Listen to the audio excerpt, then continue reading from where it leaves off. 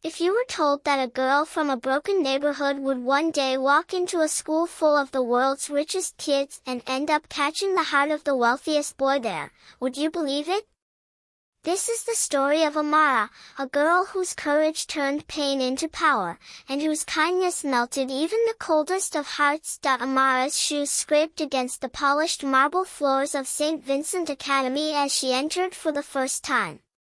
She tried to ignore how her faded skirt looked against the designer uniforms of the other girls. They wore gold watches, diamond-studded hair clips, and carried branded bags that probably cost more than her family's yearly rent. Her scholarship acceptance letter crumpled slightly in her sweaty palm. "Keep your head down, Amara," she whispered to herself. "You're here to study, not to fit in." But the stares began immediately. "Who let the maid's daughter in here?" one boy muttered. "Look at her bag, it's so cheap," a girl giggled behind her. Amara's heart thudded. She wanted to disappear, but she forced herself forward. For her mother.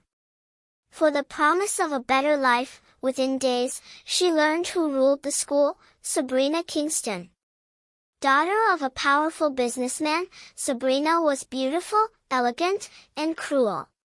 Her clique followed her every move like shadows. One afternoon, as Amara walked past the cafeteria, Sabrina accidentally bumped into her, spilling water all over Amara's notebook. "Oh no," Sabrina said mockingly. "I'm so sorry. I didn't realize poor people actually brought paper to school. Don't you guys just write on walls?" Laughter erupted. Amara's throat tightened. She bent to pick up her wet pages, blinking back tears. That night, she cried into her pillow, whispering, "Why me? Why can't they just let me be invisible?" But someone had noticed her: Adrian Crawford. Tall, sharp-featured, with a presence that made the halls fall silent whenever he passed. The only son of a billionaire hotel magnate, Adrian had everything: wealth, status, power. Yet he also carried a quiet loneliness, something no one else could see. From afar, he watched Amara struggle. He saw the way her hands shook when Sabrina mocked her, the way she forced a smile while eating lunch alone. And something inside him stirred. She doesn't belong in their cruelty, he thought. One rainy afternoon, Amara sat in the library, her books spread out as she tried to study. A droplet of water fell onto her notes. She hadn't realized she was crying again. Suddenly, a voice broke the silence.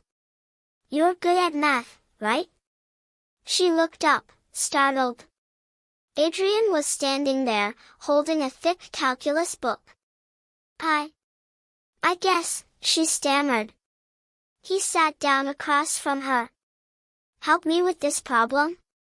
Amara's eyes widened.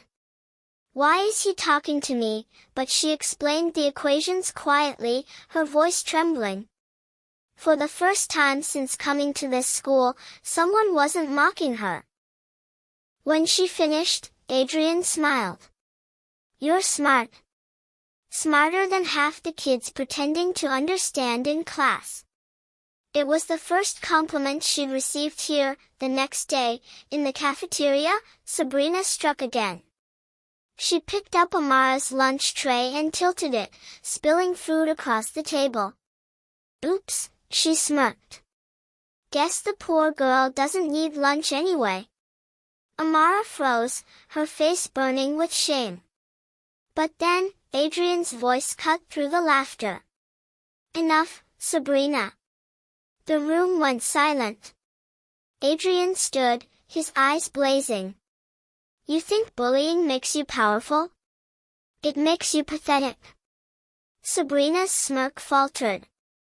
"Why are you defending her? She's nothing." Adrian stepped closer. "She's more than you'll ever be. She earned her place here. Unlike you, who's just living off daddy's money." Gasps filled the room. Sabrina's face turned crimson. For the first time, she was the one humiliated. Adrian walked to Amara, picked up her tray, and said softly, "Come on. Sit with me." From then on, Adrian became her protector. He sat beside her in class, partnered with her on projects, and even walked her home some days. Slowly, the walls around Amara's heart began to crack. One evening, as they studied together, Adrian asked, "Why do you work so hard?" Amara hesitated, then whispered, "Because my mom gave up everything for me. She works day and night so I can be here. I can't waste this chance. I need to make her proud." Adrian's chest tightened. He admired her strength, her determination. He'd never met anyone like her, but Sabrina wasn't done. Jealous of Adrian's attention toward Amara, she spread vicious rumors. "She's using Adrian for his money. She's a gold digger. She only got here by pity, not merit." Amara felt crushed. She tried to distance herself from Adrian.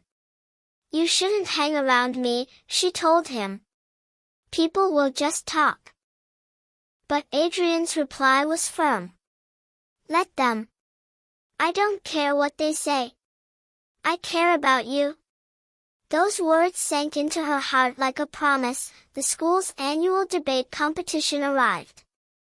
Sabrina's team versus Amara's. Everyone assumed Sabrina would win as usual. But when Amara took the stage, her voice didn't tremble. She spoke about inequality, about dreams, about how true success is measured not by wealth, but by resilience and character. Her words carried the weight of her struggles, and the fire of her determination. The auditorium fell silent, then erupted into applause. She had won.as. Amara stood on stage with her trophy. Adrian walked up to her, clapping the loudest. "You were incredible," he said, eyes shining with pride. "You've always been incredible." For the first time, Amara smiled without fear. She had faced cruelty, humiliation, and doubt, but she had risen above it all. The students who once mocked her now admired her. Sabrina's power over the school had shattered. And Amara? She was no longer just the poor girl. She was a symbol of strength, courage, and hope. Amara's journey reminds us, it doesn't matter where you come from, or what people say about you. What matters is your heart, your determination, and your belief in yourself. And sometimes, life surprises us with people who stand by us, not because we need saving, but because they see the greatness we've had all along.